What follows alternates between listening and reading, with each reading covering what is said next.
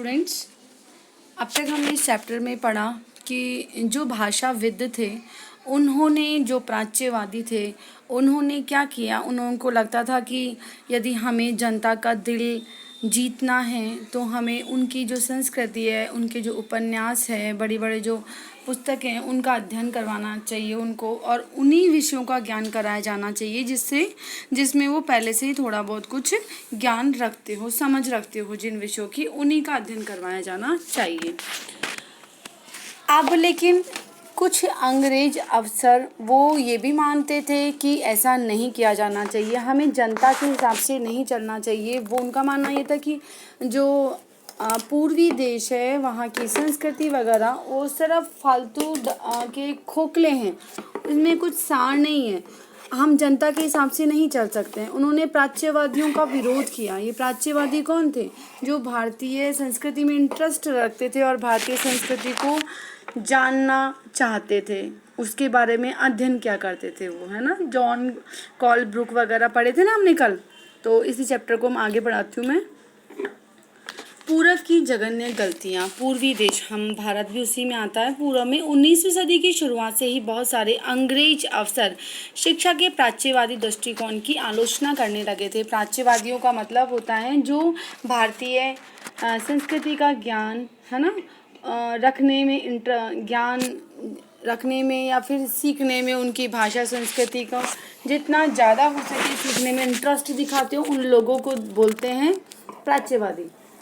प्राच्यवादी दृष्टिकोण की आलोचना करने लगे। उनका कहना था कि पूर्वी समाजों को ज्ञान त्रुटियों से भरा हुआ और अवैज्ञानिक है। मतलब भारतीयों का जो ज्ञान है वो त्रुटियों से भरा हुआ है और अवैज्ञानिक है। उनके मुताबिक पूर्वी साहित्य अगंभीर और सतही है। इसीलिए उन्होंने दलील दी कि अंग्रेजों को अरबी और संस्कृत भाषा और साहित्य के अध्ययन को बढ़ावा देने पर इतना खर्च नहीं करना चाहिए। प्राच्यवादियों पर हमला करने वालों में जेम्स मिल प्रमुख थे। कौन थे? जेम्स मिल प्रमुख थे।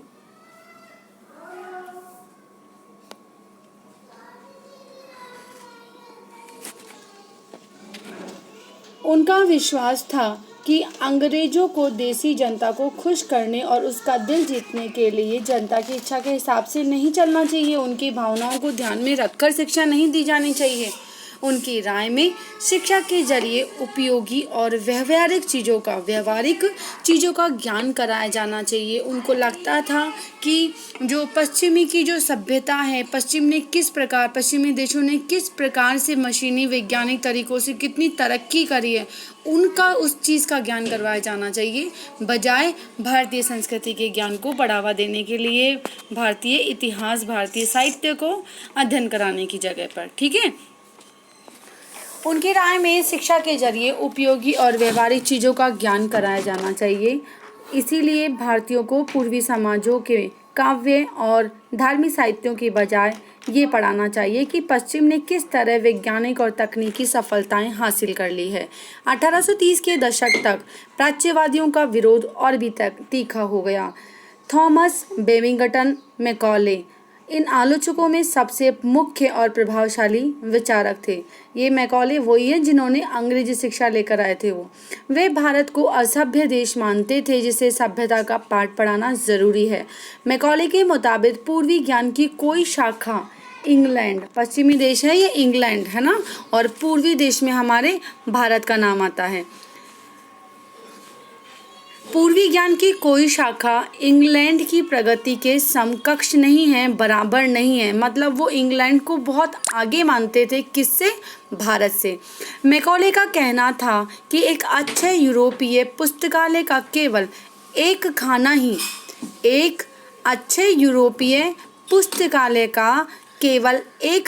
ही, खाना मतलब एक रैक जिसको बोलते हैं ना अपन, एक अलमारी, भारत और अरब के समूचे देशी साहित्य के बराबर है। समझ गए कि केवल एक लाइब्रेरी की केवल एक रैक में जितनी पुस्तकें रखी हुई है ना, वो सब किसके बराबर है? हमारे देश के, अरब के समूचे देसी साहित्य के बराबर है। मतलब उन्होंने अपने जो साहित्य को इतना महत्वपूर्ण माना है। उनका तर्क था कि भारत में ब्रिटिश सरकार को प्राच्यवादी ज्ञान पर सरकारी पैसा बर्बाद नहीं करना चाहिए, क्योंकि इससे कोई फायदा होने वाला नहीं है। गहन ऊर्जा और आवेशपूर्वक मैकॉले ने अंग्रेजी भाषा सिखाने की ज़रूरत पर जोर दिया। वो क्या मानते थे कि सबको अंग्रेजी भाषा सिखाई जानी चाहिए, बजाय भारतीय साहित्य, संस्कृति, कला के ज्ञान के स्थान पर। यहाँ लोग पश्चिमी विज्ञान और दर्शन के क्षेत्र में हुए विकास से अवगत हो पाएंगे। इस प्रकार उनका कहना था कि अंग्रेजी पढ़ाना लोगों को सभ्य बनाना और उनकी रुचियों, मूल्यों और संस्कृति को बदलने का रास्ता हो सकता है। ज़्यादा से ज़्यादा हो, हमें अंग्रेजी पढ़ानी चाहिए लोगों को। और हमारे जो पश्चिमी देश है, इंग्लैंड में जो विकास हुआ है, इंग्लैंड के जो साहित्य हैं, इंग्लैंड की जो संस्कृति है, उनका ज्ञान कराया जाना चाहिए। मैकॉले के मिनट्स, क्या है ये मिनट्स? विवरण। मैकॉले के विवरण के आधार पर 1835 का अंग्रेजों का शिक्षा अधिनियम पारित किया गया। ये फैसला भी लिया गया कि अंग्रेजी को उच्च शिक्षा का माध्यम बनाया जाना चाहिए। कलकत्ता मदरसे मैंने कल बताया था ना, शिक्षा प्राप्त करने का स्थान जहाँ पर अरबी भाषा में शिक्षा दी जाती है। बनारस संस्कृत कॉलेज जैसे प्राच्यवादी संस्थानों को प्रोत्साहन नहीं दिया जाना चाहिए। इन स्थानों को अपने आप शरण मतलब समाप्त होना, क्षीण होना का शिकार होते जा रहे अंधकार के मंदिरों की संज्ञा दी गई है। अब स्कूलों के लिए भी अंग्रेजी पाठ्य पुस्तकें छपने लगी। अपने आप शरण का शिकार होते जा रहे अंधकार के मंदिर, कौन से संस्थान? जो मदरसे वगैरह हैं और जो प्राच्यवादी संस्थान है ना, उनको संज्ञा दी है उन्होंने। उनके बारे में उन्होंने बोला है कि अपने आप ही ये किसका क्षीण हो रहे हैं, अपने आप ही खत्म हो रहे हैं, अपने आप मतलब अपने कमी का, अपनी समाप्ति का खुद ही शिकार हो रहे हैं, शरण हो रहे हैं। अपने आप को मतलब खत्म करने का जो सामने वाला रीज़न नहीं है, ये खुद संस्थान ही है। अंधकार के मंदिरों की संज्ञा दी है। अब स्कूलों के लिए भी क्या हो गई? पाठ्य पुस्तकें छपने लग गई। किस भाषा में? अंग्रेजी भाषा में। व्यवसाय के लिए शिक्षा दी जाने लगी। 1854 में ईस्ट इंडिया कंपनी के लंदन स्थित कोर्ट ऑफ डायरेक्टर्स ने भारतीय गवर्नर जनरल को शिक्षा के विषय में एक नोट भेजा। कंपनी के नियंत्रक मंडल के अध्यक्ष चार्ल्स वुड के नाम से जारी किए गए इस संदेश को वुड का नीति पत्र या वुड डिस्पैच के नाम से जानते हैं। ये मोस्ट है, इसको कर लीजिएगा कॉपी में। मैं आपको कोई बात नहीं, मैं भेज दूंगी अभी। इस दस्तावेज में भारत में लागू की जाने वाली शिक्षा नीति की रूपरेखा स्पष्ट की गई थी। ये बहुत मोस्ट क्वेश्चन है, वुड डिस्पैच। इस वुड डिस्पैच में सबसे पहले क्या किया गया था? भारत में जो शिक्षा दी जाती है ना, वो जो शिक्षा नीति है किस तरह की होनी चाहिए, उसकी रूपरेखा स्पष्ट की गई थी। कि उसमें स्पष्ट करते हुए बताया गया कि प्राच्यवादी ज्ञान के स्थान पर भारतीय संस्कृति, कला, साहित्य के अध्ययन के स्थान पर यूरोपीय शिक्षा को अपनाने से कितने व्यवहारिक लाभ प्राप्त होंगे। इस दस्तावेज में यूरोपीय शिक्षा का एक व्यवहारिक लाभ आर्थिक क्षेत्र में बताया गया। उसके मुताबिक यूरोपीय शिक्षा के माध्यम से भारतीयों को व्यापार और वाणिज्य के विस्तार से होने वाले लाभों को समझने और देश के संसाधनों के विकास का महत्व समझने में मदद मिलेगी। कहने का मतलब है कि जो वुड डिस्पैच आया था, वो एक ऐसी रणनीति लेकर आया था। उसने पूरा शिक्षा में जो किस तरह की शिक्षा भारतीयों को दी जानी चाहिए, वो उसमें पूरा वर्णन करके उसकी रूपरेखा उसमें तैयार की गई थी। उसमें बताया कि जो प्राच्यवादी संस्थान है, जो भारतीय संस्कृति, कला, भाषा, उसका जो अध्ययन कराने पे जोर देते हैं ना, उसके स्थान पर अब हमें क्या लेकर आना है? अंग्रेजी को लेकर आना है। व्यवहारिक ज्ञान और आर्थिक स्तर को ऊंचा उठाने के लिए व्यवहारिक लाभ आर्थिक क्षेत्र से ही मिलता है और उसी के अकॉर्डिंग शिक्षा दी जानी चाहिए, ताकि हमारा जो व्यापार और वाणिज्य है वो भी अधिक से अधिक डेवलप हो सके। ठीक है, और हमें देश के संसाधनों का विकास करने का मौका मिले, उसको समझने में मदद मिले। यदि उन्हें यूरोपीय जीवन शैली से अवगत कराया जाएगा, यदि पश्चिम की सभ्यता, पश्चिम की जीवन शैली से यदि भारतीयों को अवगत कराया जाएगा, अवगत से मतलब है परिचित कराया जाएगा, उनको ज्ञान दिया जाएगा, तो उनकी रुचि और आकांक्षाओं में भी बदलाव आएगा। यदि हम यूरोपियों के बारे में भारतीयों को पढ़ाने की कोशिश करेंगे, उनकी जीवन शैली के बारे में पढ़ाने की कोशिश करेंगे, तो धीरे धीरे उनमें भी इंटरेस्ट पैदा होगा पश्चिमी सभ्यता के प्रति। ब्रिटिश वस्तुओं की मांग पैदा होगी, क्योंकि तब यहाँ के लोग यूरोप में बनी हुई चीज़ों को अपनाना और खरीदना भी शुरू कर देंगे, क्योंकि उन्हें हमारी संस्कृति का ज्ञान होने लगेगा। ये विचार थे कुछ यूरोपीय। वुड के नीति पत्र में, वुड के डिस्पैच में, ठीक है, ये तर्क दिया गया था, ये बात बताई गई थी कि यूरोपीय शिक्षा से भारतीयों के नैतिक चरित्र का उत्थान भी होगा। इससे वे ज़्यादा सत्यवादी और ईमानदार बन सकेंगे। फलस्वरूप कंपनी के पास भरोसेमंद कर्मचारियों की कमी नहीं रहेगी। एक तो पहला पॉइंट क्या था कि हम यदि भारतीयों को अपना पश्चिमी ज्ञान प्राप्त करवाएंगे तो क्या होगा, पहला तो उनका इंटरेस्ट डेवलप होगा हमारी सभ्यता संस्कृति को जानने में। दूसरा, उनको व्यापार वाणिज्य में भी उनको समझ पैदा होगी।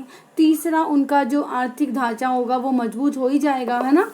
और साथ ही साथ उन्होंने एक और बेनिफिट बताया कि भारतीयों के नैतिक चरित्र का उत्थान भी होगा।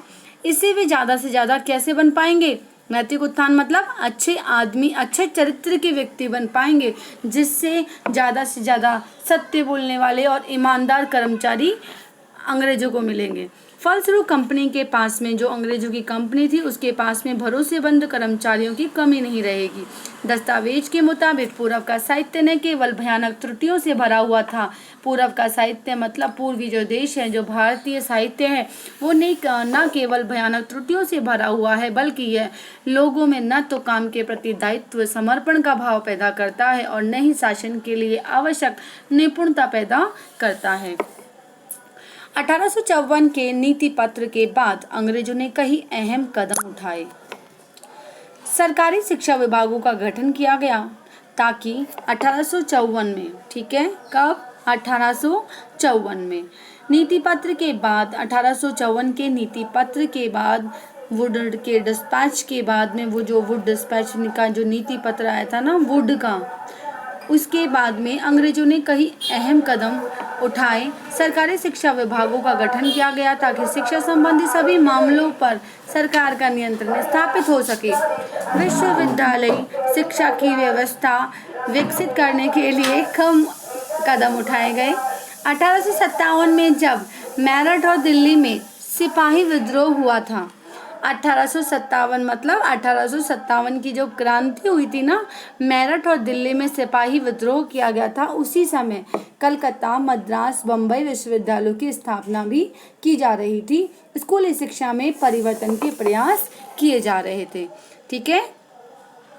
तो पूरी तरीके से इससे पहले वाली क्लास में हमने पढ़ा था कि कुछ प्राच्यवादी थे, वो क्या कहते थे कि हमें जो भारतीय सभ्यता, संस्कृति, साहित्य का ज्ञान करवाना चाहिए ज़्यादा से ज़्यादा भारतीयों को, और हमें खुद भी क्या उनको एहसास करवाया जाना चाहिए, भारतीय जनता को, भारतीय प्रजा को, कि आपकी जो सभ्यता संस्कृति है वो कितनी वैभवशाली है। आत्मगौरव को फील करवाना था उनको। लेकिन उसके अपोजिट जस्ट जो कुछ विद्वान थे वो क्या कहते थे कि ये सब फालतू बातें हैं। पूर्व का जो ज्ञान, कला, साहित्य है वो सब क्या है, फालतू है, सब दिखावा है, उससे कोई सार नहीं है, उसका कोई महत्व नहीं है, उसमें त्रुटियां ही त्रुटियां भरी हुई है।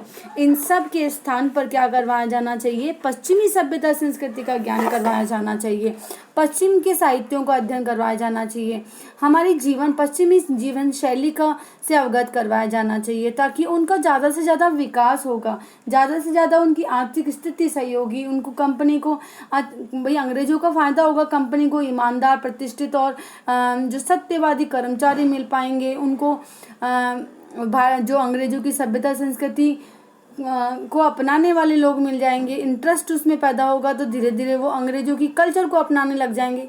तो फालतू पैसा लगाना है भारतीयों को, भारतीयों की सभ्यता संस्कृति का अध्ययन कराना। ठीक है, तो वुड की डिस्पैच नीति आई थी, इसको कर लीजिएगा ना, कर लीजिएगा कॉपी के अंदर। वुड डिस्पैच बहुत ही मोस्ट है और एग्जाम में आता है ये। ओके स्टूडेंट्स, अब जो कल नेक्स्ट क्लास में हम पढ़ेंगे वो देखेंगे नैतिक शिक्षा की मांग। आप लोगों ने सबने बुक्स तो खरीद ली होगी, और अगर जिस बच्चे ने बुक नहीं ली है वो प्लीज़ बुक्स वगैरह परचेज कर लीजिए, क्योंकि बिना खुद रीडिंग लगाए समझ में नहीं आता है।